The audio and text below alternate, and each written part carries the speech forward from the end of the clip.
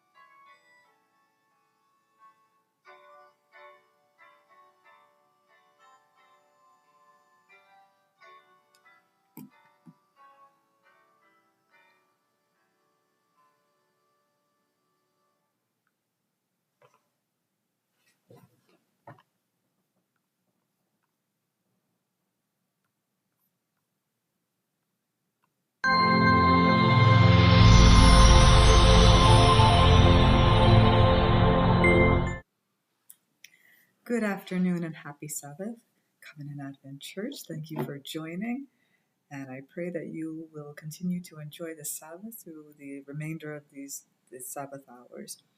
We will start with hymn number 538. Please turn in your hymnals to hymn number 538. hymn number 538.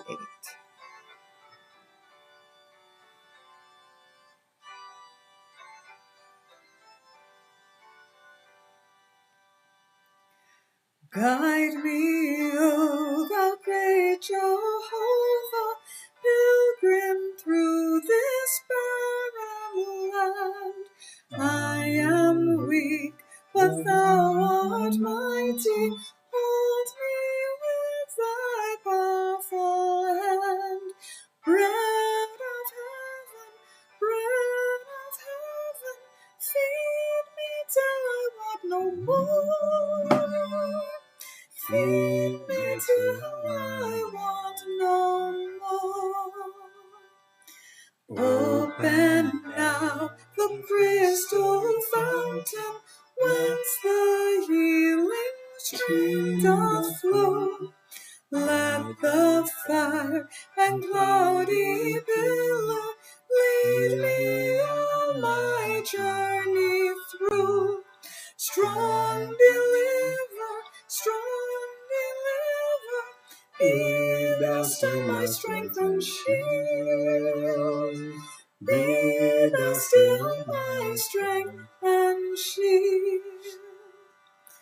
When I tread the verge of Jordan, bid my anxious fears subside. Death of death and hell's destruction, land me safe on Canaan's side. Songs of praises, I will ever give to thee. I will ever give to thee. And we'll sing just one more. Please turn in your hymnals to hymn number 516, All the Way. Hymn number 516.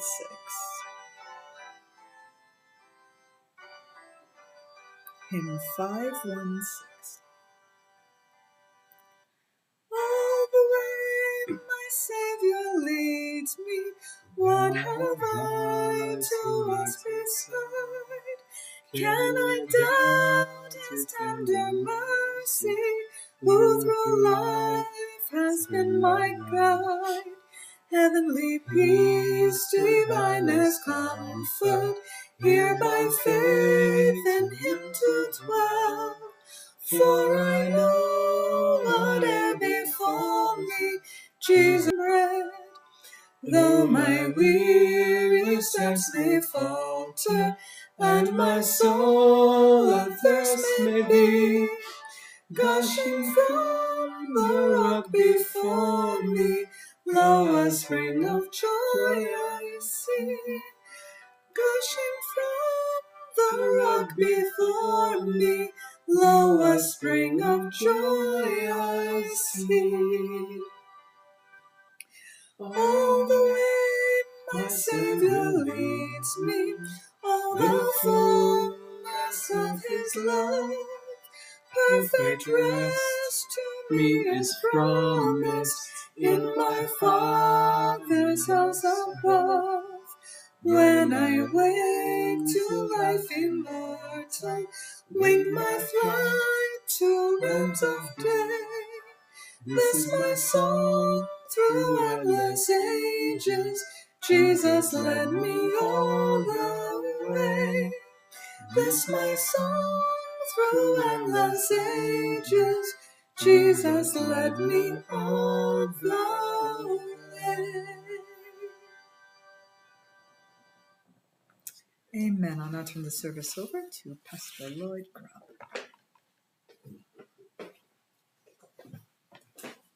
Good afternoon again, everyone, and welcome again to our evening Bible study as we look at this topic here, which is about the new covenant. The new covenant is what we're looking at here this evening.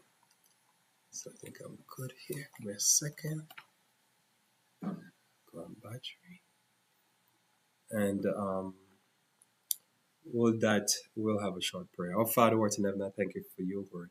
The blessings, dear Lord, of you indeed, the only true God. I pray, dear Lord, that you may be with us as we study, and may you bless our hearts and our minds that we might truly attain to the character that you have set forth for us in your word and in the life of many that have walked before us, especially your Son. May you grant us this blessing for Christ's sake. Amen. So, looking at this topic, the law of the new kingdom, and it's continuing from part two, what we had covered earlier today. And I'll go here. So, the law of the new kingdom. Notice here, pick this up. Let me just readjust something here. Okay. So, then, so a law of the new kingdom, Matthew chapter 20, verse 20 onwards. Then came to him the mother of Zebedee, the children, Zebedee's children, with her son, worshiping him, and desiring a certain thing of him. And he said unto her, What wilt thou?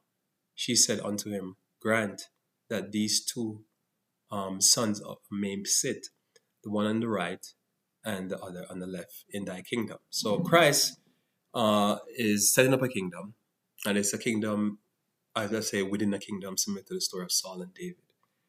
Two kingdoms operating on two different principles. The kingdoms of these worlds operate on one principle, and the kingdom of Christ operate on a separate principle. And when things becomes dicey, so to speak, or problem, is when you have the kingdoms of Christ, or those who claim to be Christians, operating off the behavior of the kingdom of this world. More on that later. But Jesus answered and said, You know not what you ask. So what is Christ? What they're asking is two things. They're asking basically either to be crucified with Christ, one on the left, one on the right, or to sit next to Christ. Either question they're asking, Christ is basically saying, I don't think you understand what it takes to sit on my right and what it takes to sit on my left. Ultimately, we understand that John and James would have walked that path. But at the time when the mother was asking him, if the mother had known what she was asking, she probably would never ask. Because if the answer to the question was, who is going to be the two people that crucified with thee? Christ would say, you know not what you're asking. You're asking for your two sons to be crucified? That obviously would be a problem, right? So we can see where that would be a problem, because what she would be asking, she don't know what she's talking about. And if she was asking to, from a character point of view, in the kingdom, the two most powerful people in the kingdom, one on the right and one on the left, he's saying, you don't really know what you ask, what it takes to be on the left and right of me. We know in the kingdom, before the fall of man, my understanding, I could be wrong, but my understanding was Gabriel and Lucifer. One was on the right of God and one was on the left. So I don't think a second time God will put just anybody, so to speak, on the right and on the left. Obviously, there had to be a very massive criteria for who gets to that position of trust and that I honor. Lucifer failed at that trust because Lucifer was serving self, and he was about self-aggrandizement, and he's like the kingdoms of this world and their leaders. Are you able to drink of the cup, he says, that I shall drink of, and to be baptized with the baptism that I am baptized with? So when we talk about those who are closest, the statement still remains that Christ was saying, you don't understand what you're asking. It's like somebody say, I want to be a Christian. Well, what are you asking? Because most people, what Christianity mean for them is not really what these texts that we're going to go through mean for them. They really think Christianity is something to do with force. Just think about it. We're come to a point where we're trying to support those who will use force to get the gospel to go. And you could have the number 1, 2, 3 leaders in our church supporting bombing of Iran, all kind of stuff like that. It's very fascinating where we have come as a church and as a people. That means you're telling us that even the main evangelists in the church don't understand true Christianity, at least the way I understand it. They have to make their own mind up what they do. And he said unto them, Ye shall drink indeed of my cup. John most naturally was going to die and live the longest life as a disciple of Christ in prison for part of his life. And James was going to die almost immediately. And be baptized with the baptism that I'm baptized with, but to sit on my right hand and on my left is not mine to give, but it shall be given to them whom it is prepared of my Father. So as I say, if you're looking at it as who died next to Christ, it's two thieves, right? Two sinners. He died among sinners. He came to us and lived amongst us and lived amongst us as sinners. And he dwelt amongst us and blessed us. When he died among sinners. And if we're talking about in the kingdom, the question would be, who's going to be the greatest in the kingdom? And the question would be those who drink most of the cup. Those who are most favored in the sense of God, for God the Father. Not so much those who are favored by humanity. More on that later. And when the 10 heard it, they were moved with indignation against the two brethren. Now they shouldn't have, because obviously they should say, if it's the cross, you can have that. And if it is to drink of the cup and end up like John and James, you can have that. You get what I'm saying? They really didn't understand what they're getting indignant about, because Christ is saying, you don't understand. I'm going to die, and whoever is next to me is going to die. They're going to live a martyr's life. Verse 25 says, but Jesus called them unto him and said, you know the princes of the Gentile. So the prince of the Gentile would be our senators, our congressmen, or parliamentarian. These are the prince of the Gentiles. Exercise dominion over them. So how they control society is not by acceptance or philosophy, but it's by brute force. And they that are great exercise authority over them. So the people serve the leaders don't serve the people. But it shall not be so among you. But whosoever will be great among you, let him be your minister or your servant. We're called servant leaders. This is what we accept when we become a Christian. And whosoever will be chief among you, let him be your servant, even as the Son of Man came not to be ministered unto, but to minister and to give his life a ransom for many. So some would say, well, didn't Christ get ministry because he wasn't cooking for himself? He wasn't doing his own laundry. He wasn't making his own, probably made his bed because he made the bed when he rose up, but he didn't have his own house. He wasn't paying rent. Somebody ministered to him from their substance. The point here is that the servant was actually the Lord. He ministered, he blessed people beyond what they blessed them. In other words, we all have to receive ministry every day as we go through life. So notice here now, Luke chapter 18, verse 31 through 34. And the question is asked, are you able to drink of this cup? And that's the question that's asked all of us as Christians. Are you able to drink of this cup? Notice in Luke chapter 18, verse 31 through 34. Then he took unto him the 12 and said unto them, behold, we go up to Jerusalem, and all things that are written by the prophets concerning the Son of Man shall be accomplished. So obviously the disciples didn't study those scriptures. It's like if I tell you that to be a Christian, these are what you have to, this is what the Bible lay out, and this is what happened, and this is how it's supposed to happen. You might say, no, that's not Christianity. Christianity is a bunch of party, praise and worship and all that. So today people are still in that delusion what Christianity is. Verse 32 says, for he shall be delivered unto the Gentiles. So remember, Christ is going to be delivered unto the Gentiles. The Gentiles exercise authority and exercise rulership and constraint and power and violence against those who don't want to follow them. And Christ, who is the one that's blessing people, and it's not about violence, and is about constraint and and about teaching the truth, and those who follow him by acceptance of those truths, is going to be delivered. Now the question is, who delivered him to the Gentiles? It was going to be the religious people. Does that make sense? Mm-hmm. And shall be mocked. So the question you're asking now is, who is able to drink of that cup? Because Christianity means that you could be belittled. How many times you could be belittled for your diet and lifestyle? If you don't dress a certain way, if you don't talk a certain way, if you don't act a certain way, you will be belittled and mocked. How many people will mock you for their diet and lifestyle? For your Gentiles and heathens will hate you. The more you're like them is the more they love you. They love their own.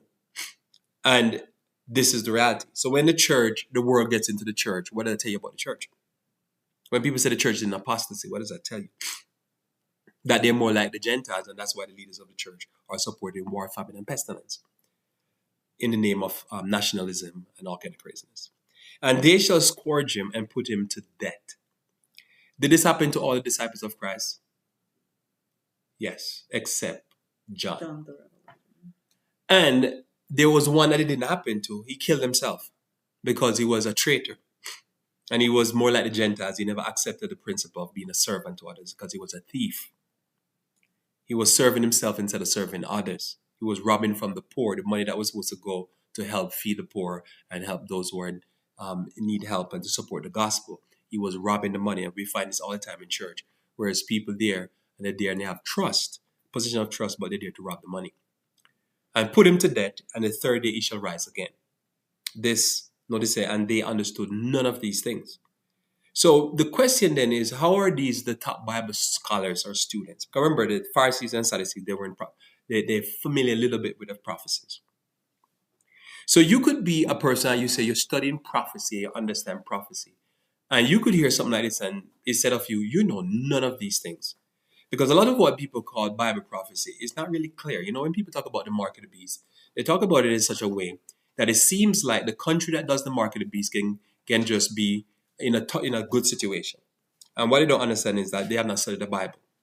The country that's doing the mark of the beast will be more cursed and cursed and cursed until the seven last plague hit it and hit it hard.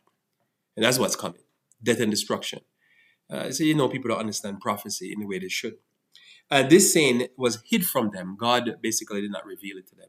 Neither knew they the things which were spoken. In other words, when the children of Israel left Egypt, weren't clear exactly what was going to come up. You know, that there were going to be a people that were going to not be eating meat.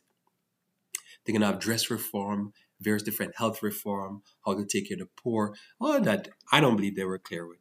They were just knowing that they were going to get out of slavery. And so the Lord will lead you along, or sometime you're going on a path that you can't even imagine you're going to end up. I'm going to take four paragraphs here, and then I'm going to get to the meat of the matter, what I'm coming here for. This will set the stage. This is page 549, paragraph 1. But to sit on my right and on my left, he continue, is not mine to give, but it shall be given to them of whom it is prepared of my Father. In the kingdom of God, position is not gained through favoritism. Is this the way position is gained in our secular society? Right? How many times you work with bosses and managers that were there not because they have any skill or any ability? It was not earned. Somebody said, but aren't you supposed to earn your way in this life? No. Nor are you supposed to earn your way in this life, but this is not the position. Who is the greatest is the question. Nor is it received through arbitrary bestowal. That means that somebody just says, do some hand movement and stuff like that and say, I anoint you Duke of such and such. You'd be like, okay, why is he anointed Duke of such and such? It is the result of character, right? Is a result of character. Character is the reason why you get into a position that you're supposed to be in the kingdom. The crown and the throne are a token of their attainment, of the conditions, or a token of a condition attained. They are the token of self-conquest through our Lord Jesus Christ. So it's a personal issue. Salvation is personal. The crown is gotten because you have overcome and you have become a certain person. More later. The one who stand nearest, 549, paragraph 3, the one who stands nearest to Christ will be the one who on earth has drunk most deeply of the spirit of his self-sacrificing love. That means they live to bless others. And to be honest, if you understand that phrase, you understand that this is heaven. Heaven is this. This is, when people talk about, I want to go to heaven, what they're really saying is that they want to be in an environment where self-sacrificing love is being practiced. What make the earth a cesspool and so much trouble is because people are selfish. It's not because war, famine, and pestilence. People looking for the end times that there's going to be more natural disasters. That's not what I look for. What I'm looking for is there going to be righteousness on the earth? Can I find people and come in contact with people and see people out there living to bless others? Because, as I say, Christ was ministered to and he received ministry. And so when you deal with people who are sacrificing love, they make your life better. And when you're a self-sacrificing person, it becomes heaven. Because what happens you deal is like the parties are working together to bless each other. What happens when people are selfish, they make this world a terrible place because it's all about them, and they want to kill, rob, and steal everybody so that they can live big and they can live large. The problem is the world is so simple. This it happens to the rich and the poor, the free and the bond. Love that wanted not itself. So we're not, as I say, rappers and that type of stuff, and whatever singers that just get up every day and be styling and focusing on showing off. Is not puffed up. That means don't walk around with your chest upright and think you're better than others. And that's why I think I always say the evolutionary teaching is the epitome of anti First Corinthians 13. Is the epitome of it's anti everything Jesus, because it teach one group of people that they're better than everybody else, and they're human beings like all of us in need of grace. Seeking not our own, that means we're looking out for the other person. Is not easily provoked, so we have to maintain self control and control over emotions. Think no evil. This is the attribute of a child, and so we want to be able to have the attribute of a child. Love that moves the disciples as it moved our Lord to give all, to live and labor and sacrifice evil unto death for the saving of humanity. This is the definition in my mind of heaven.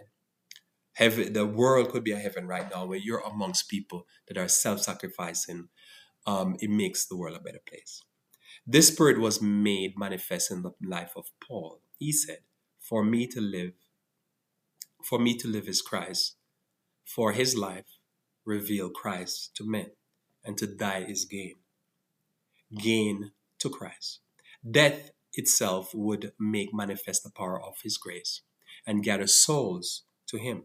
Christ shall be magnified in the body, in my body," he said, "whether it be by life or by death." So he says, listen, if I die, more people get saved. If I live, people get saved. Doesn't matter. Because if I'm living, I'm going to bless people. I'm here to live to bless people and to point them to Jesus and show them the true character of Jesus. If I die, then my death is of value. No, notice again, it was the Gentiles and the Jews that killed Christ. The Gentile Jews is the one that gang up and kill Christ, and the Gentiles and the Jews is the one that gang up and kill Jesus and kill Paul and kill all the disciples. And today, who doing the killing? The Gentiles and the Jews. The Romans, because the Romans basically were 10 tribes from Western Europe, and they became 7 tribes because they wiped out 3 of their tribes that would not agree with them. And then the Jews.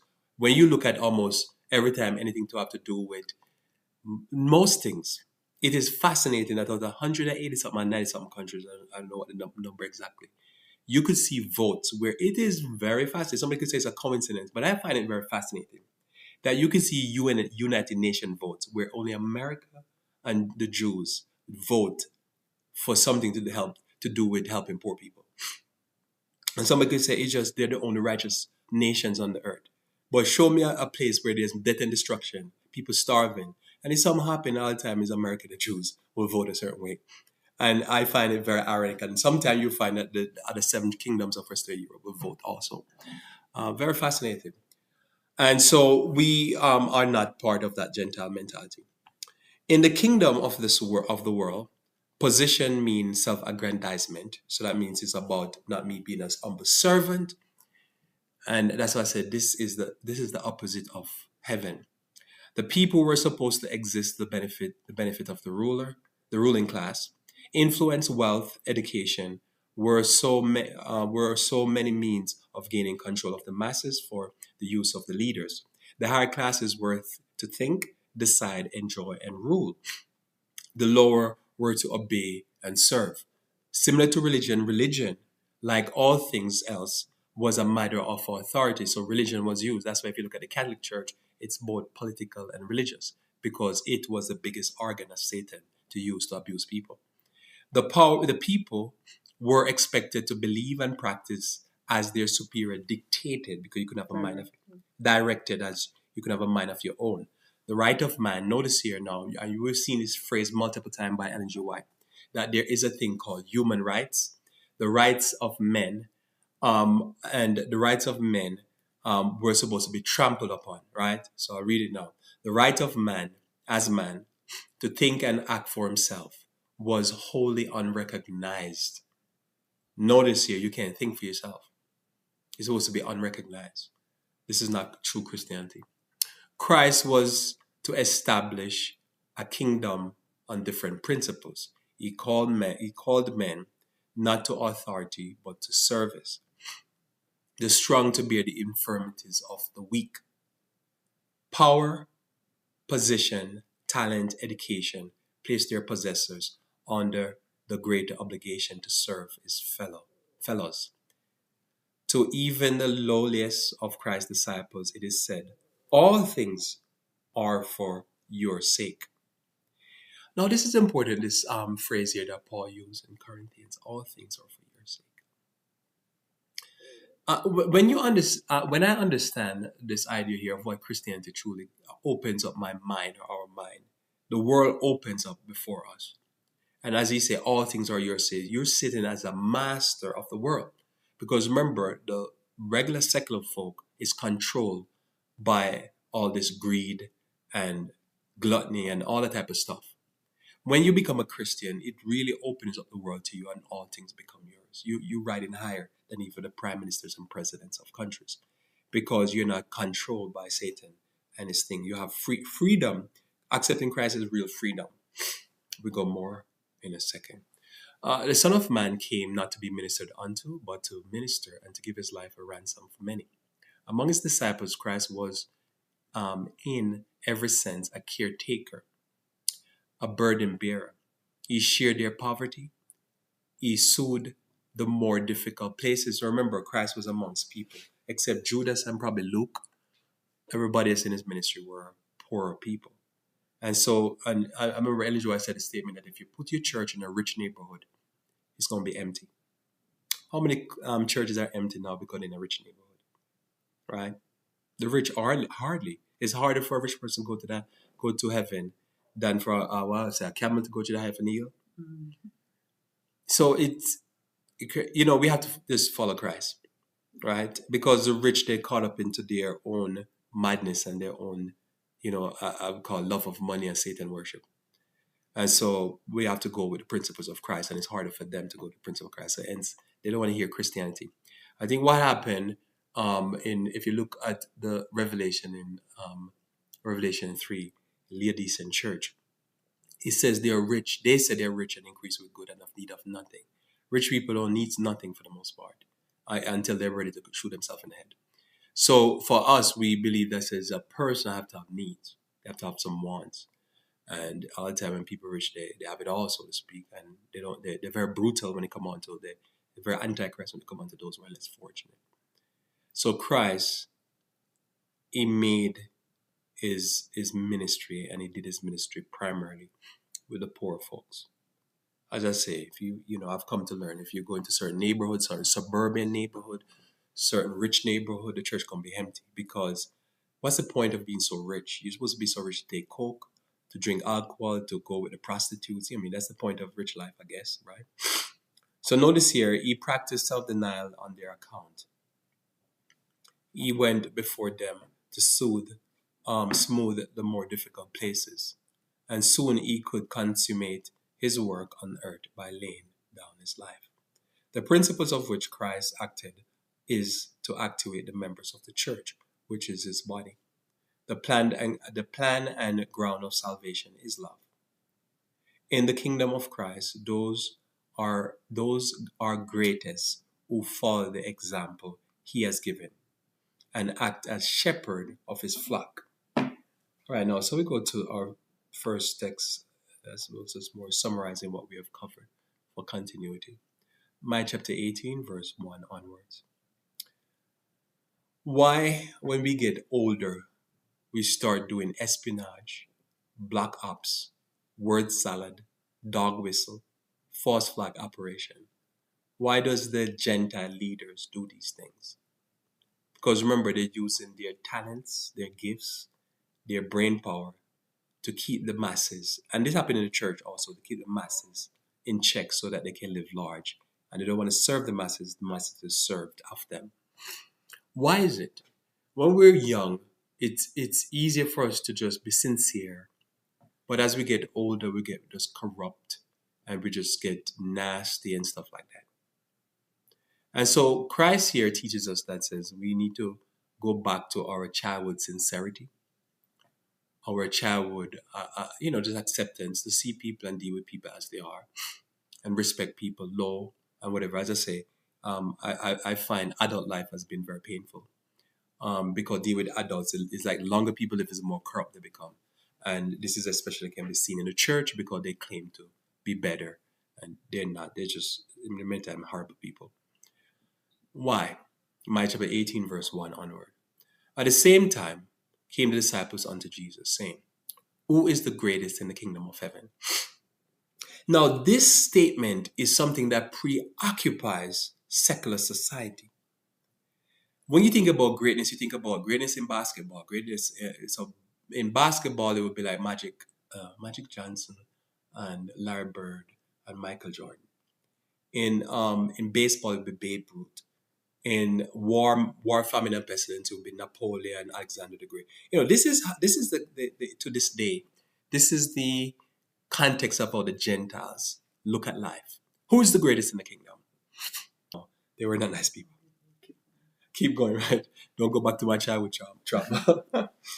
But somebody will say, "Oh no, Lord, what keeps society going is these rabid, crazy people, in the leadership of countries." Some of them over the years, but most of them, they're just terrible people. So this is the thing that occupies most people. Who's the greatest? And Jesus called a little child unto them and set him in the midst of them and said, verily I say unto you, except you be converted. So somebody say, wait a minute. To be like a child convert. So what happened is that when I was younger in the church, I'll say it this way. Now when I was younger in the church, right, I realized what they were trying to beat out of me was the youthful, just childlike mindset. And I think of everything I've survived, that's what I think I've survived. And I'm going to tell you, especially if you're young, don't make these older, as I said, these older sick in their sins and transgression, beat it out. You have to survive them. Because what happened, they corrupt, right? As I said, there's no fool like an old fool. Think about it. Some of the worst people we have on the planet are the people that are about to go into retirement homes. And pure war, famine, and pestilence. One leader after the other, one congressperson, one whatever. Horrible. And what I've learned is that, say, a lot of what they were beating out of you, you just accept things and you just believe what it is. And I realized, wait a minute, it was right. It's the right way. And Christ taught it. Who is the greatest in the kingdom? As I say, it's not what you think. What keeps the society going? It's not the warmongers. Think about the amount of young men these warmongers have killed over the years in the state of, in talking about nationalism. Think about all the leaders in our countries, how many people they have embargoed and starved to death, young people. Think about it, who the corrupt leaders right now in Israel and those places. Who they murdering? They're murdering children. The children are they're really killing the children. The children are really the Hamas people. All of these fights are about these old fools that have been just corrupt from day one. And so as Christians, what we need to do is go back to a more childlike behavior and childlike thinking. Not to be childish, as Paul states, but to be childlike in our thinking more later.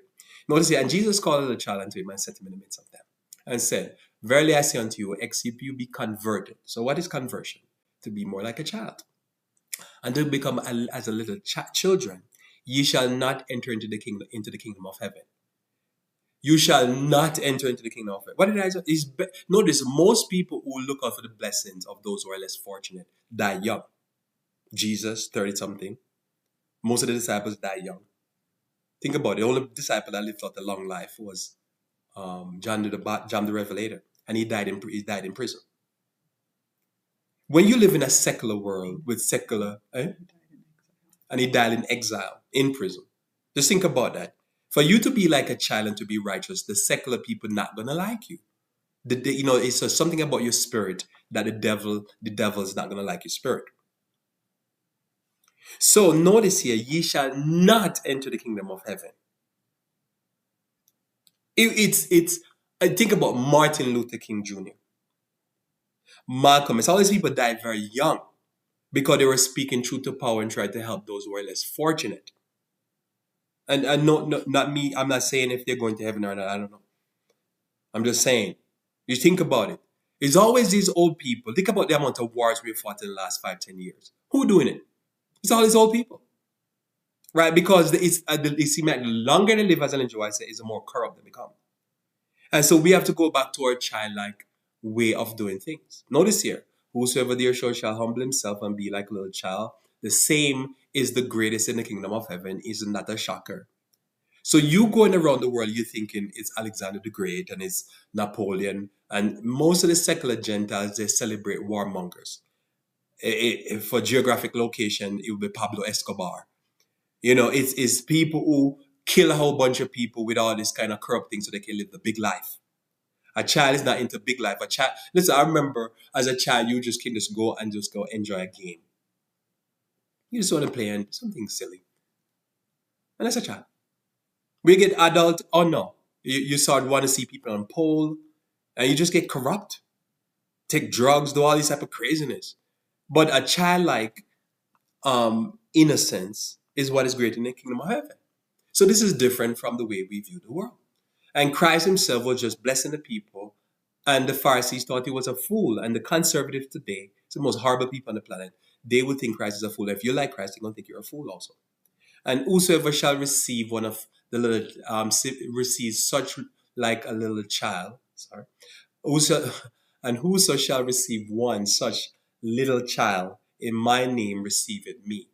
And notice here, the Catholic Church paint all these almost half-naked little boys on the wall to make it seem like they're into children. But this is smoke and miracle. What did they do to the children? They rape them, sodomize them.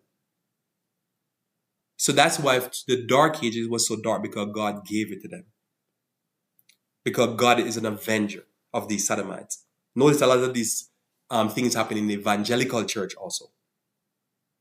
But yet they'll think, oh yeah, but we honor the children. Yeah, honor the children.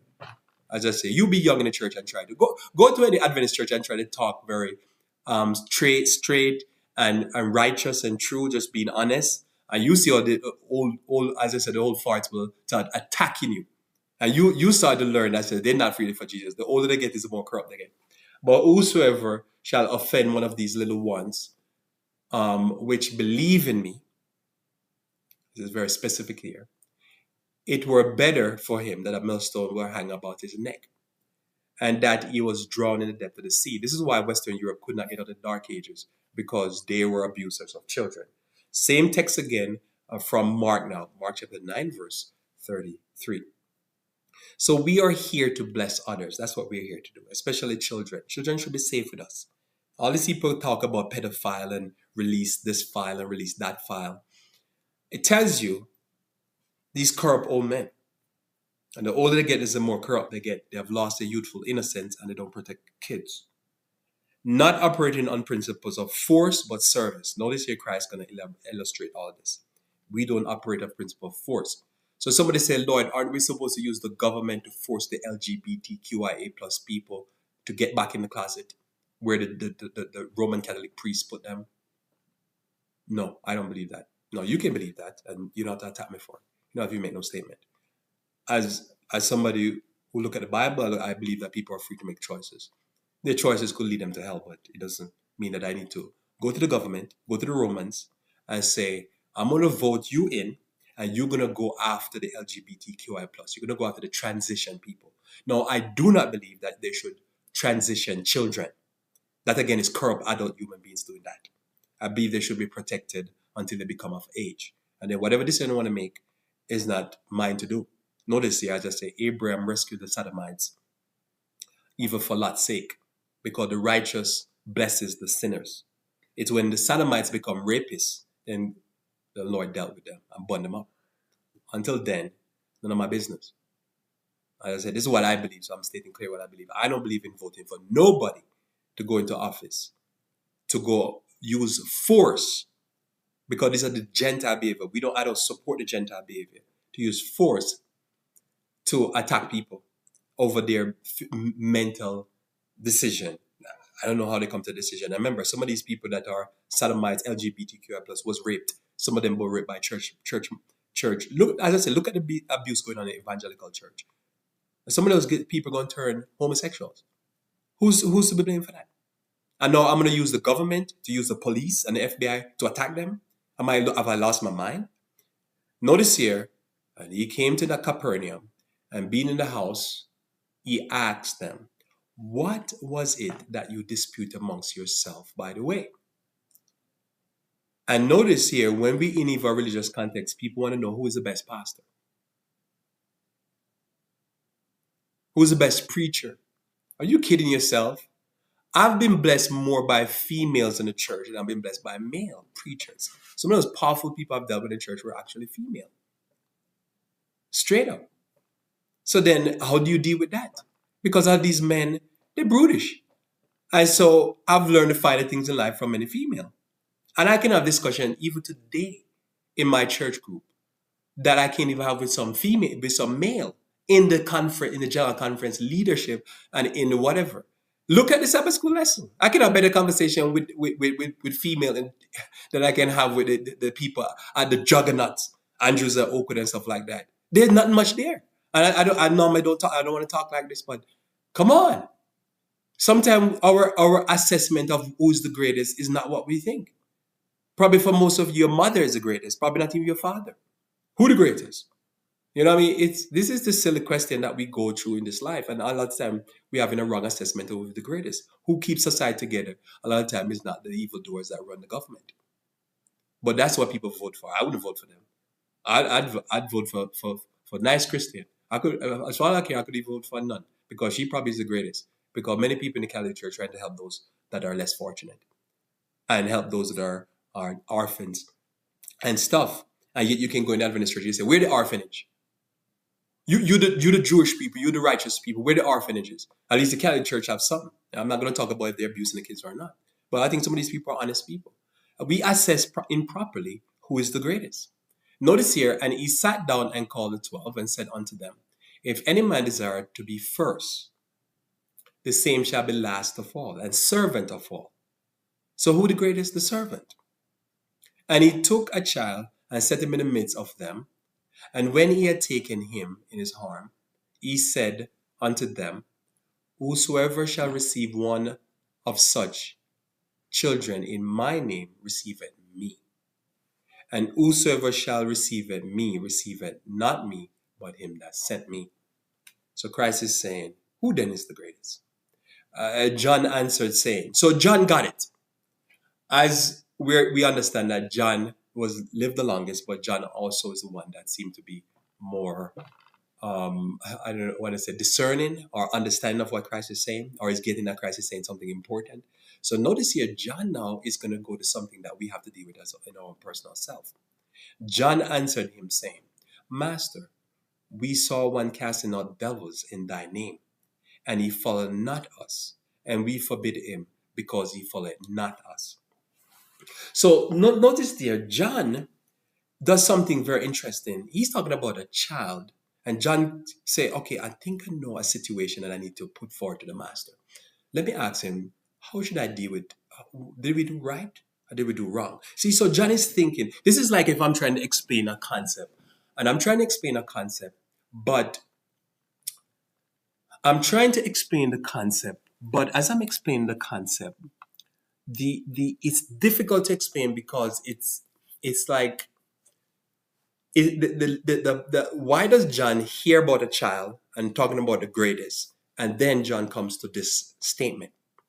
Obviously, it's the same issue, but at first, when I was young and I read this, I couldn't understand it. I don't understand what one have to do with the other, right? It seemed like it's a different story, but it's the same continuation of thought. It just so happened that John picks it up, so you can see he's in a different mindset. He's saying, okay, so if I'm supposed to be like a child and I'm not supposed to force others, what if somebody is preaching in Jesus' name? Should I forbid them because they don't have the corporate logo of the Seventh Adventist Church? What should I do? Notice here, Jesus, he don't follow us, he says. Jesus said, forbid him not. Now, how is that going to work? You know, for me, it took me a while for me to understand because I couldn't understand how this works in practicality. Because I thought everybody must come under the same umbrella, right? Everybody must be controlled. And as I learned the Bible, you start getting into the Gentile mindset. You say, wait a minute, if somebody want to do what they have to do, they do what they're going to do to float the boat. I guess as long as they're not doing crime, it's none of my business. I'm not trying, as I've said it before, and I guess I say it here again. I am independent of the independent. Churches, groups, ministries. And somebody say, why? Because of this. I'm not trying to tell somebody what to do. This is why I try my best not to talk even about the church, even though it comes up. And somebody said, but why you want to talk about the problems going on? Because I don't want to talk about it. It's not my business. They're independent of me and I'm independent of them. They don't like me and I'm just over here doing my thing. That's what I learned. That's it. I'm not trying to gather a whole bunch of crazy people amongst me and all of that type of stuff. I believe that people, you put the idea out in the marketplace, and if somebody like the idea, they can come on over. But other than that, I'm not trying to. You see, why? Because of texts like this. Is this teaching like this? It's not who's the greatest and who's the this. We're just here to minister, and you only can minister to so many people anyhow. But Jesus said, forbid him not. For there is no man that shall do a miracle in my name that can lightly speak evil of me. Notice he says here, for he that is not against us is what? Is on our part. He's for us. You get it? If a person is doing something bad, I get that. But if a person is not against me and they're doing their thing and they're blessing others, good for them. That's why I'm independent of the independent. If a church is doing something good, good for them. Right? If they're doing something bad, bad for them. That's it. Just independent thinking. I'm just trying to do my thing. My thing, it doesn't match up with your thing. I would never preach certain things in Adventist corporate church. I would never go in the pulpit and preach the things I preach here. So I have to be independent. Because what I preach, you can't go to corporate church and preach. Does that make sense? Mm-hmm. We're not trying to stop them. They're doing their thing. Hopefully they're blessing people. I don't even care. I don't watch Adventist pastors. I don't care. I'm going to spend the time with it. And if they're blessing somebody, praise the Lord. If they're not blessing somebody, curse be them. That's it. Independent. Does that make sense? Mm-hmm. Because it's not about who's the greatest. It's about ultimately, am I going to make it in the kingdom? And am I leading people in the right direction to Jesus? If not, what's the point about who's the greatest? Oh, who is the greatest preacher? How many times you know preachers that will baptize 300-400 people and within a year not nobody's in the church? But somebody say, oh, they're the best baptizer of people. Yeah, but they're in the church. Are they in the church? Right? You have churches where the members don't stop shooting themselves in the head. Okay. What is the pastor doing? But they say, oh, look, but he have big numbers in the church. You know what I'm saying? You have members in the church that are committing mass murders and stuff like that. We have to be careful with our analysis of who is the greatest. Because what God sees as the greatest and Jesus sees as the greatest is not what men see. For whosoever shall give you a cup of water to drink in my name, because ye belong to Christ, verily I say unto you, he shall not lose his reward. So if you bless me over here, you shall not lose your reward, because I believe I'm trying to do the Lord's work, and that's about it. Matthew chapter 10, verse 16, Matthew chapter 10, verse 16 through 18. So this is the balance, because over the years, what I was trying to figure out, and what I would want to teach you, what I've learned, because I'm just putting out my teaching in the marketplace. What have I learned? Because most of what I'm teaching is personal. I'm just teaching you personally what I've learned. I'm not speaking for anybody but myself or what I've learned from studying the Bible. What I've learned is that you have to go the extra mile, turn the other cheek, love those who are less fortunate, love the stranger, love the widow. But then you'll be subject to abuse. So then there's a balance. And in this text, I find the balance for myself. That you still have to know that you're dealing with Gentiles and lost people. And you have to always be on your guard. And when you're not on your guard, people who are sinners will abuse you. So you just have to be careful. In other words, you have to put checks and balances and say, you do certain things to keep the honest people honest. Does that make sense? And anytime I slip up, I always pay a price for it. Because I have to say, not all poor people are just poor for poor sake. Some people are poor because they have drugs. Some people are shysters and scammers and shifty. And so we don't believe in helping the stranger. Like I would never, let me say this. If I was running the American government or advising the president, I would say, do not let hordes of people in the country without vetting them. I would never do that. Absolutely would not do that. Because I understand, I said, because somebody's pouring on me, that's dangerous. Does that make sense? Mm-hmm. But do I definitely not believe that because a person is a dark-skinned person from south of the border of America, that they're criminals or rapists and stuff like that? Because this was a label they put on black men. That was the idea of white America, to say all black men are sexual deviant. I do not believe that. This is foolishness, evil, wicked people to say those things. So what I'm saying here is that you start to vet people, you just have to be careful, because there's people out there that are wolves in sheep clothing. So we have to understand this phrase, the worthy poor. Those who are truly a fatherless widow, truly those people who are truly poor. They're not poor because they're lazy or poor because they're on drugs. We have to be careful of this type of stuff. And that's the balance. Other than that, that's the only thing I would have to say to you here. And to beware of wolves in sheep clothing. Because a pastor, wear robe or not wear robe, doesn't mean he's a righteous pastor. Mhm. Right? It just means that says a person could be a wolf that have realized that in order to fleece the sheep, that he has to become a pastor. And he has real access to people's money and their heart. This is why a few years back, the Catholic Pope, one of the popes, I think it was Benedict, came out, or one of them, he said that what it is, a lot of people who were looking to abuse kids join the Catholic priesthood. He said this. So you can go Google it and find what I'm talking about. Join the priesthood so they could abuse kids. It was a cloak for them. So if he admit that, you can see how bad the problem is. So we have to be very careful. Not everybody that say, Lord, Lord, shall enter the kingdom of heaven. Mhm. You have to use criteria. Matthew chapter 10, verse 16. Behold, I send you forth as sheep in the midst of what? Wolves. Wolves. So as you walk the streets, remember you're dealing with people who are secular and they're wolves. And as I say, there's times when I slip up because I'm not paying close attention to these wolves.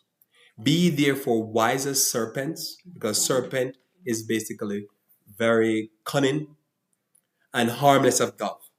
So although we're supposed to bless those who are less fortunate, we have to understand that people do stuff that are very sick. They're sick in the head because they're lost. And we have to put on safeguards. But beware of men, for they will deliver you up to the councils, and they will scourge you in their synagogues. And ye shall be brought before governors and kings for my sake, for a testimony against them and the Gentiles. Testimony against them and Gentiles. This was the story of Paul and many disciples. So this is what happens. So you're going around this life and you're trying to take on the Christian principle, but it doesn't mean that you become foolish. That was a part that when I was younger, I didn't understand. So when I go to church, I wasn't going and say, are these wolves in the church? Does that make sense? Mhm. And so the abuse would come and I would know how to deal with the abuse. And that's something that I have to tell you. So Christianity, you're above, you're the head and not the tail, but it doesn't mean say you let down your guard. And when you let down your guard, sinners will punish you and punish you greatly. You have to always be on your guard. And you have to know who to, you have to try to have a judgment on who to trust and who not to trust. Because a Gentile is just always seeking an advantage and they're going to take advantage of you. Now, notice now in Matthew chapter 5, verse 1 onward, the character that the world celebrates is different from the character that heaven celebrates. So the law of the kingdom of heaven is that we serve others. And as we serve others, we understand, as Christ sent out his disciples to serve others, that we have to be wise as serpent and harmless as dove. And we have to serve others, but we also have to be careful of men. But I've learned over the years to um, use God's criteria to know who am I trying to bless and who I'm dealing with. Notice in Matthew chapter 5, verse 1, he says, and seeing the multitude, he went up into the mountain, and when he sat down, which is the Sermon on the Mount, his disciples came unto him. So he moved forward up the hill up there. As he went up there, the disciples went up there, and they went up there, and then the people followed, and he started to teach. So the open mouth, and this will be, NGY says he started talking as if he's in heaven. It's almost like he lost track. Obviously, he does not lose track, but as he lost track, he's on the earth. And he's going to tell you now what is the character that a person is supposed to be fitted for to be highest in the kingdom. And so it's like me talking sometimes. It's like I sometimes I'm saying something and I look back at it and I say, probably I shouldn't say that because when you're among Gentiles, they could become violent if you say certain things about them. Notice here, and he opened his mouth and taught them, saying, blessed are the poor in spirit, for theirs is the kingdom of heaven. So since I said it now, I said it 3 times. So blessed are those who are not rappers, or those who are boasting, the reggae people and the reggaeton and stuff like that, because that's all they get up every day and boasting about the great life and the good life and the better life they live in. The poor in spirit is more a humble thing. Now I've learned this the very hard way. As a person that come from an environment that you can wear your emotions on your sleeve and get mad, and sometimes not get glad. I've learned this the hard way that if I have a problem and I'm talking to somebody, especially customer support, customer service, front desk, what I've learned to do is try to smile, even though I have a problem, and try to maintain the fact that probably I'm the problem or the problem is not that bad. And what that's done for me on a practical level is helped me a lot, right? And so I would encourage you, because you have a problem doesn't mean you have to lose it, That's true. right? And as I say, when you grow up in an environment that you understand when you're slighted, when you have a problem, you lose it because that's how you're going to fix the problem. That means I can't lose it because Christ did scourge the people out of the synagogue or the temple. Um, but your primary mode of operation is to be poor in spirit. And how often, I'm sure you've had that experience where you approach somebody with a problem you have with poor in spirit, you realize, oh, I'm glad I didn't blow up on that person because I was a problem. Or I didn't figure out something and I foolishly didn't see something, I didn't check something. And because you maintain your humility, it becomes a blessing because you could say, oh, thanks very much, and you move on. I'm like, ouch. Blessed are they that mourn, for they shall be comforted. It's okay to mourn. I've seen where people, mourn over stuff, mourn over their bad choices, mourn over. Listen, don't notice if we live in a society or societies where people will not mourn and then they kill themselves because they're acting fake.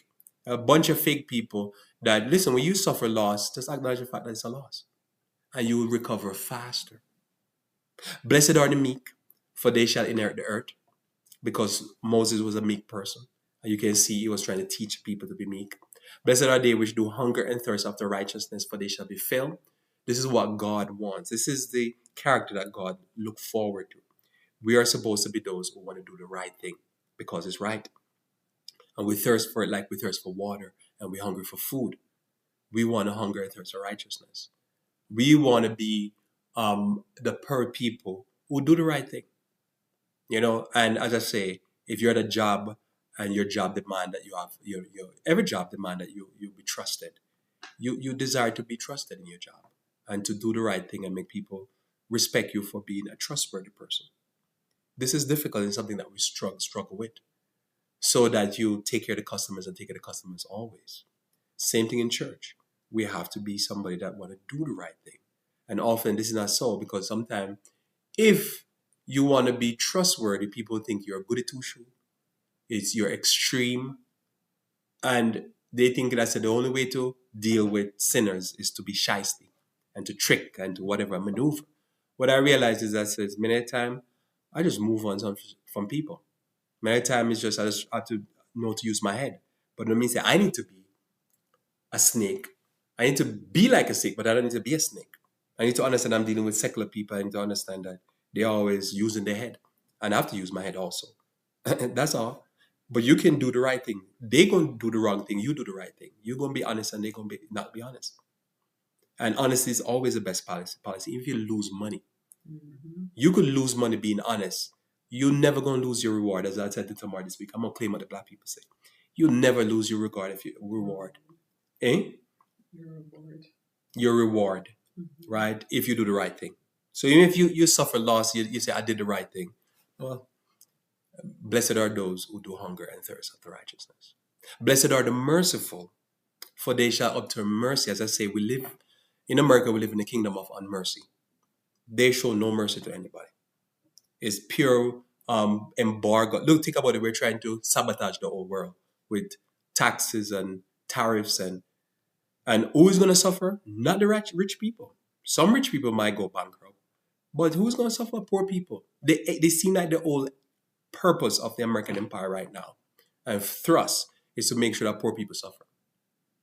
The people in the factory. I remember I was watching this guy on CNBC News. Or no, it's Fox Business News. And it's called Richard Kevin O'Leary. And he said, you know what happened? How we deal with this? We get the attention of the Chinese. We start making the people lose their job and the president will come and negotiate. Remember, China has 400 million, according to their stats, 400 million people in poverty. And they're trying to get their people out of poverty. Am I agreeing with everything they do? No. But to hear a grown man is rich and increase with goods and have need of nothing, state that you want the people in China to lose their job. when they start going broke. And I'm thinking, wow, these rich people, they're cruel. And this is why they don't go to church, because they don't want to hear none of this. They don't want to hear what I have to say here. They don't want to read the Bible. Because the Bible says, who are blessed? Those that are merciful. And rich people is trying to bankrupt a nation that has more people that are in poverty, not poor, in poverty, than the whole United States. So we live in a nation that is a nation of unmerciful people. And yet it's a nation that has taken a record by a far measure of mass murders, suicide, cancers, all of that type of stuff. So notice here, Christ makes a statement very powerful. Blessed are the merciful. If you read that, you say, okay, for they shall obtain mercy. When you're in need of mercy and you cry for mercy and you get no mercy, well, it shows. Christ says, listen, how are you going to be judged by your action? You show mercy to others. Why I believe that there's so much suicide and depression, and there's not, the advertisement doesn't stop for mental health problem drugs, is because people are very unmerciful. And they think that in order to be a good whatever citizen, and this happened in all countries, I believe. Human beings are sinners, fallen Satan. They think that they need me to be unkind, no grace to others, and they're just rough. They think, oh, we need to fight, fight, fight. That's a statement of an unmerciful person. What are we fighting? Who are we fighting? Poor people? People are so poor sometimes in this world. And yet these people have their bread buttered and they're calling for a country of billions of people that could go into starvation, that we need to wreck them so that he can become richer. And this is the environment that we live in. And so we have to go away from the environment. And again, for me personally, I am against that environment. I'll be against that type of talk. I believe these people are satanic. That's how I look at them. Somebody say, why would you watch? I'm just curious. I'm trying to understand the world and understand why people do the things they do. Blessed are the pure in heart. We can be poor, like James says. Pure religion. Visit the sick and the fatherless. And keep oneself unspotted from the world. For they shall see God. These Cretans are not going to see God. Here Christ says, blessed are the peacemakers. The who? The peacemakers. The peacemakers, not the warmongers. We live in an environment where war. We're warring up north, warring down south. We're warring with the Colombian people. They're the first people that got tariff. We're warring with who we warring over there? We're warring with Venezuela. We're warring with the Hamas. We're warring with Russia. We're warring with who we're not warring with. We're warring over there in Cambodia and Thailand. We're warring over there. And somebody say, Lord, okay, why is it that all of these wars the CIA is behind it officially? Huh? But why? Oh no, they're there to do the right thing. Really? You believe that? Why one government in the world is fomenting wars in every country on the planet? Somebody says it's just a coincidence. And they're in the plot of life, you believe that they're the good guys? So we don't approve those things. And that's why they hate us. Because we say, blessed are the peacemaker. That's why when we're in the corporate church, as I say, one of the church they went off heavily after me is because I was against these wars. Literally. One of the main people I went after me, I said straight up, this is wicked what we're doing. It's wrong. And he said, what do you want to do? What's to do? Because I say, all the places you go to war, they have resources. It's resource wars. And he said, what do you want to do? Use our military for free. So, okay, so you are proven as a Christian that we should use the American military to steal people and rob people oil and stuff like that. We're not for that.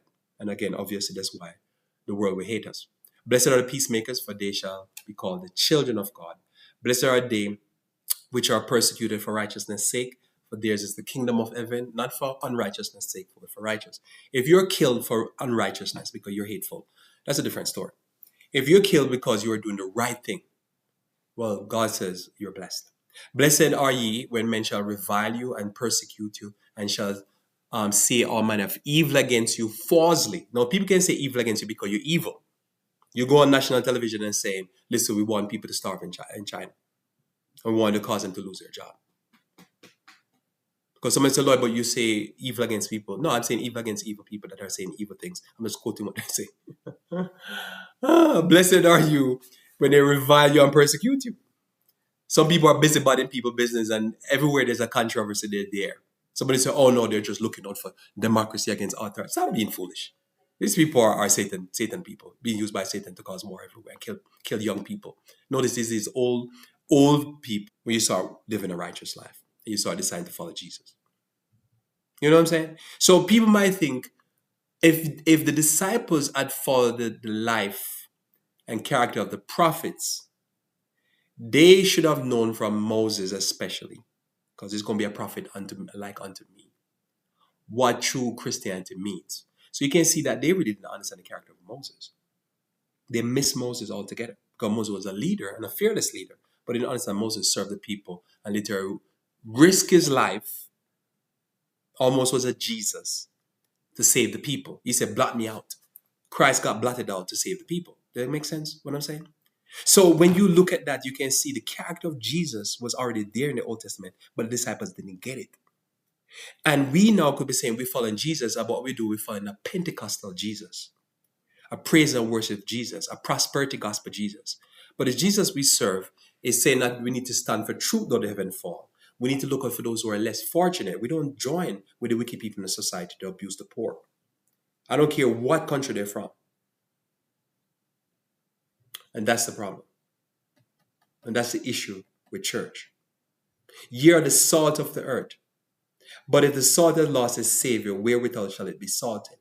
It is thenceforth good for nothing, but to be cast out and to be trodden under the foot of men. Have you ever read the book Great Controversy? What I understand Great Controversy and the Old Testament, because to me, the Dark Ages and the Old Testament are the same book. And I've been trying to do some calculations in the same time period, 1,260 years. It's a testimony of who's the salt of the earth. So when you look at the nations, they talk about their great leaders. But what Great Controversy does, she give a different history that the righteous people were the people that were blessing the nation, in spite of the wickedness of the nation.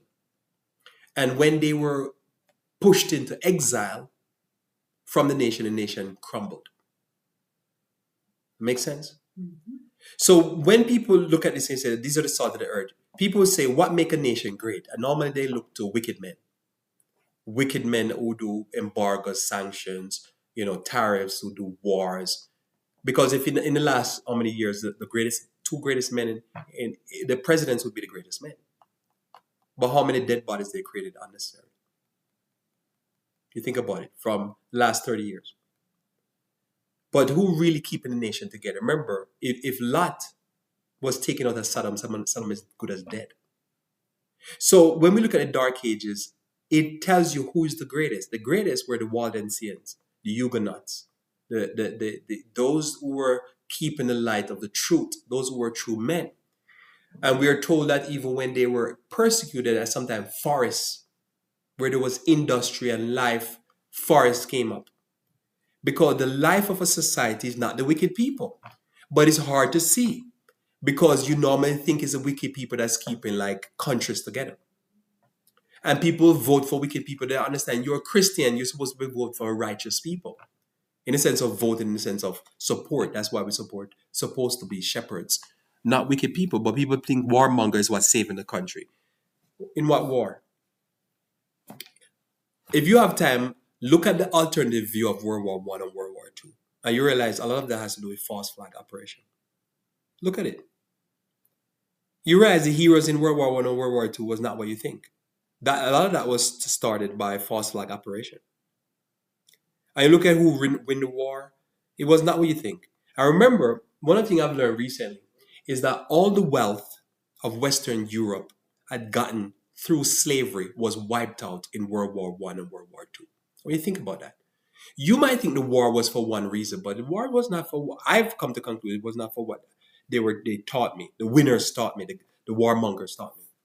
What I've come to understand is that all that theft that was done from the labor of black people in slavery, in Jamaica, in South America, and whatever, God says, I'm gonna bomb it to smithereens.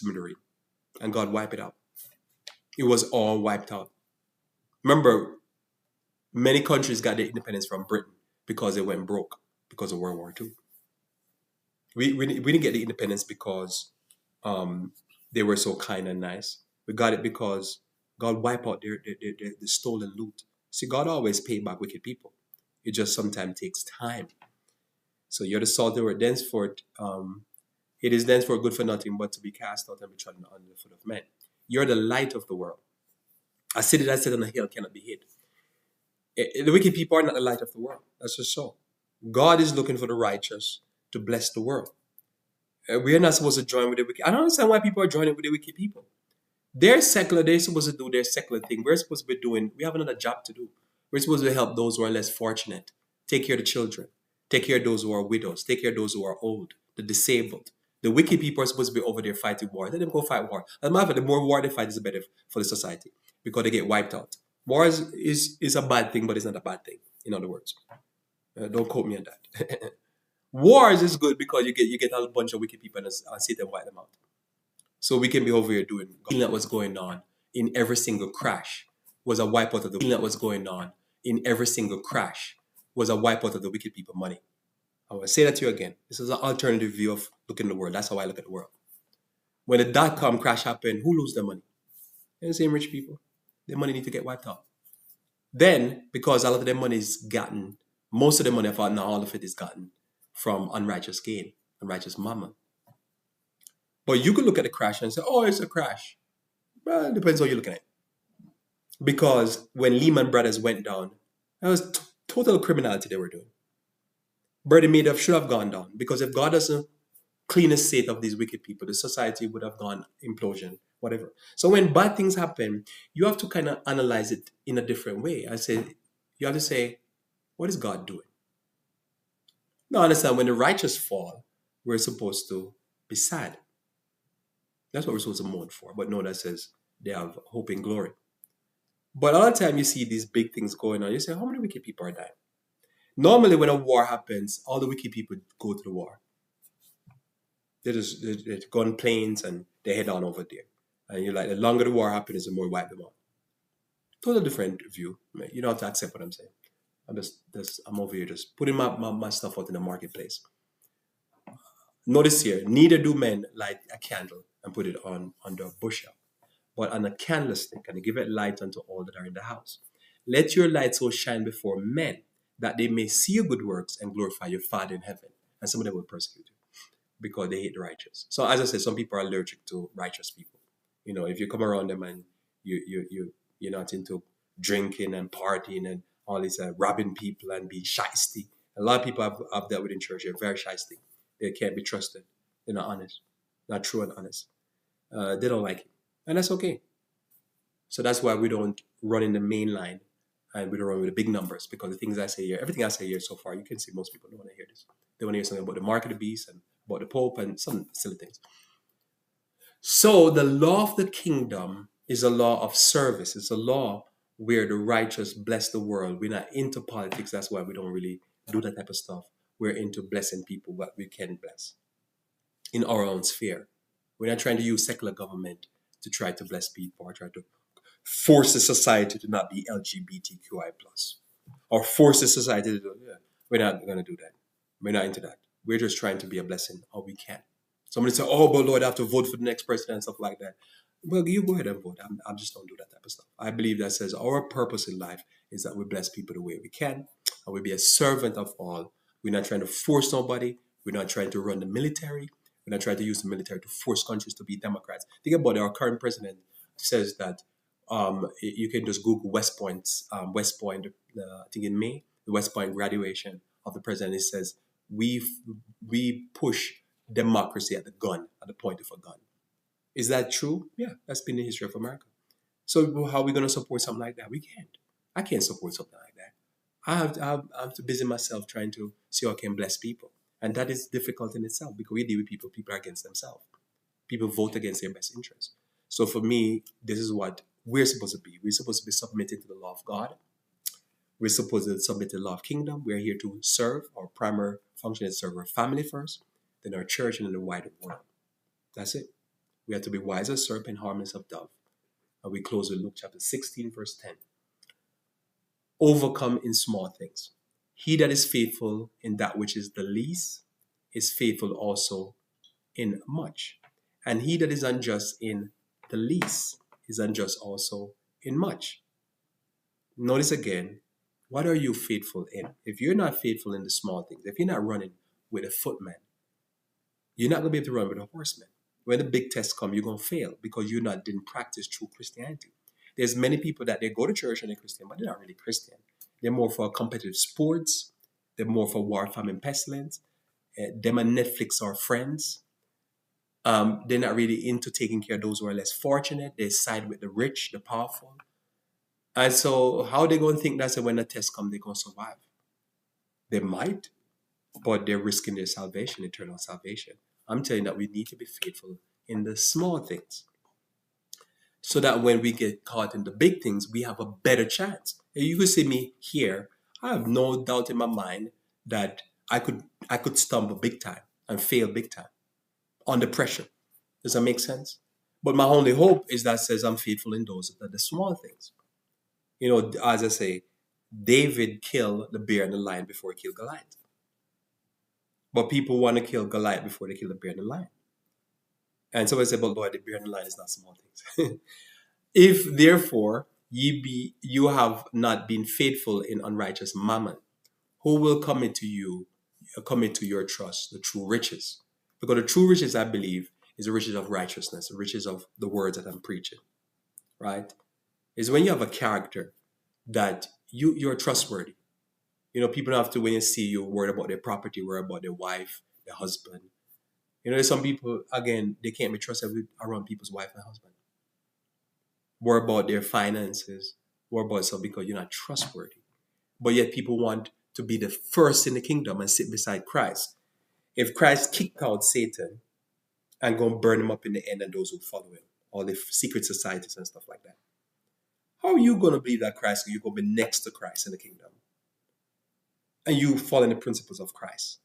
Most people, they're so worried about the government and country and stuff like that. They're not worried about their own soul salvation. I'm less worried about what's going on in the country because countries go up and go down in flames all the time. What I'm worried about is that if you go in flame and I get burned up with it, am I safe in the kingdom? I want the true riches. I want to be next to Christ in the kingdom. But even when I say that, I'm thinking, how am I going to be next to Christ in the kingdom? Above Job, above John the Baptist, above Paul, James.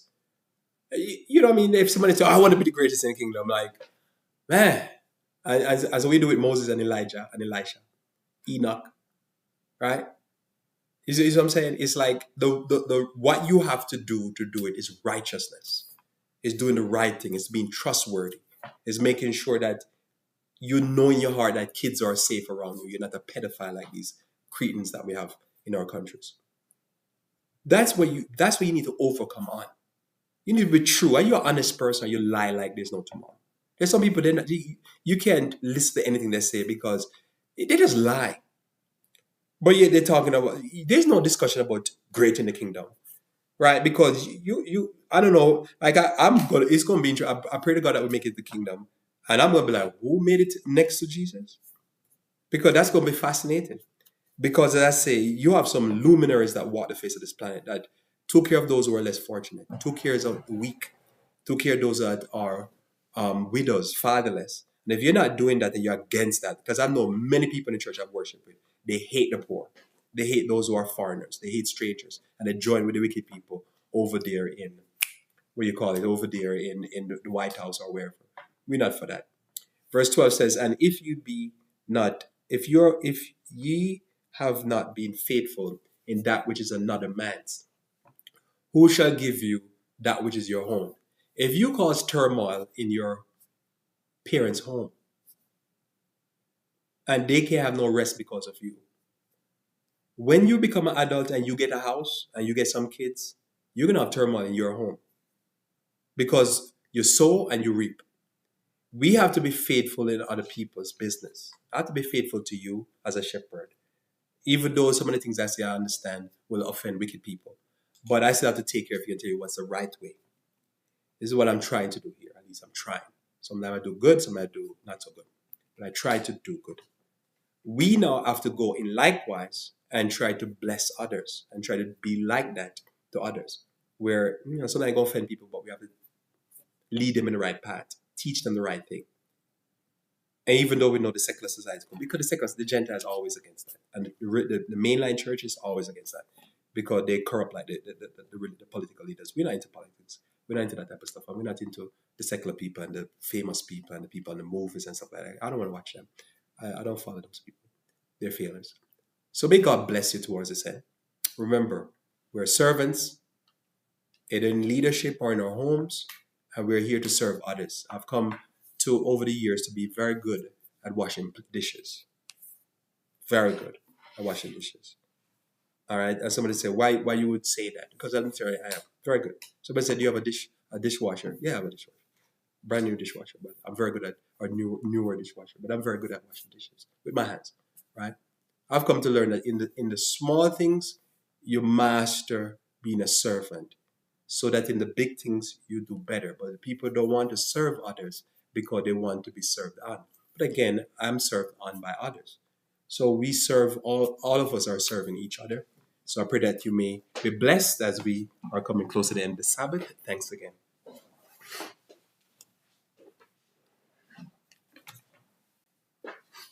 Thank you, Pastor Lloyd. And Oh, the switch. Yes, go ahead.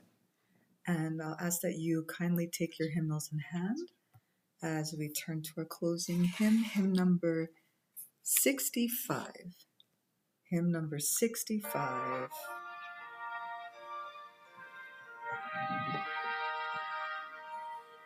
Hymn 65.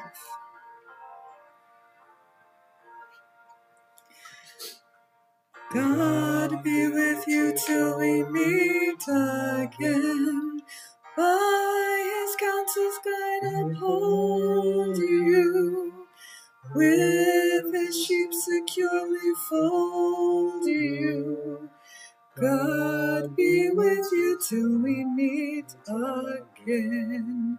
Till we meet, till we meet, till we meet at Jesus' feet. Till we meet, till we meet. God be with you till we meet again. God be with you till we meet again. Neath his wings securely hide you. Daily manna still provide you. God be with you till we meet again. Till we meet, till we meet, till we meet at Jesus' feet. Till we meet, till we meet.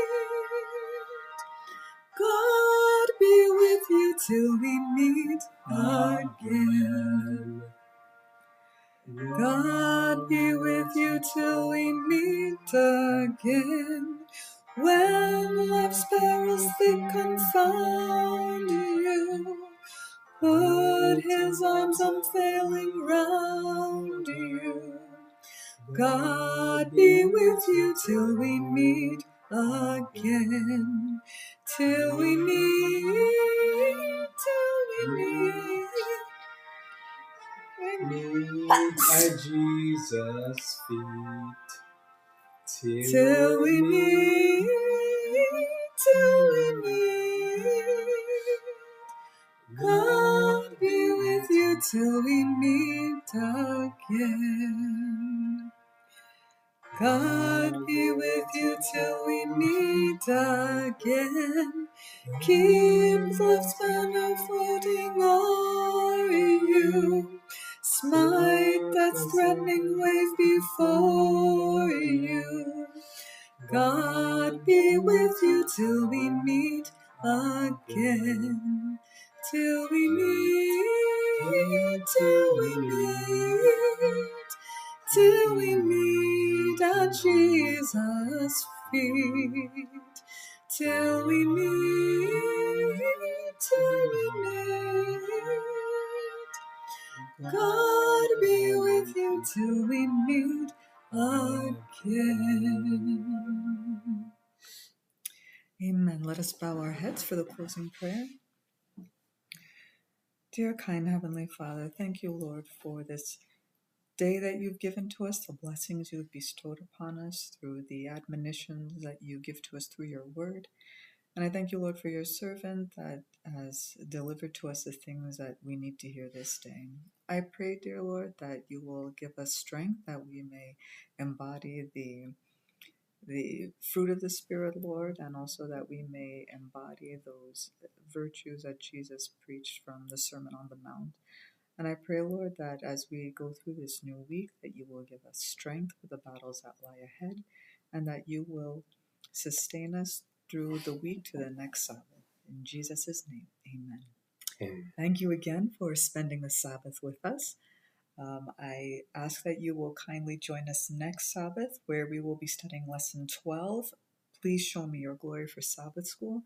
And I pray that the Lord will richly bless you and lead you and guide you through this new week. Take care and God bless.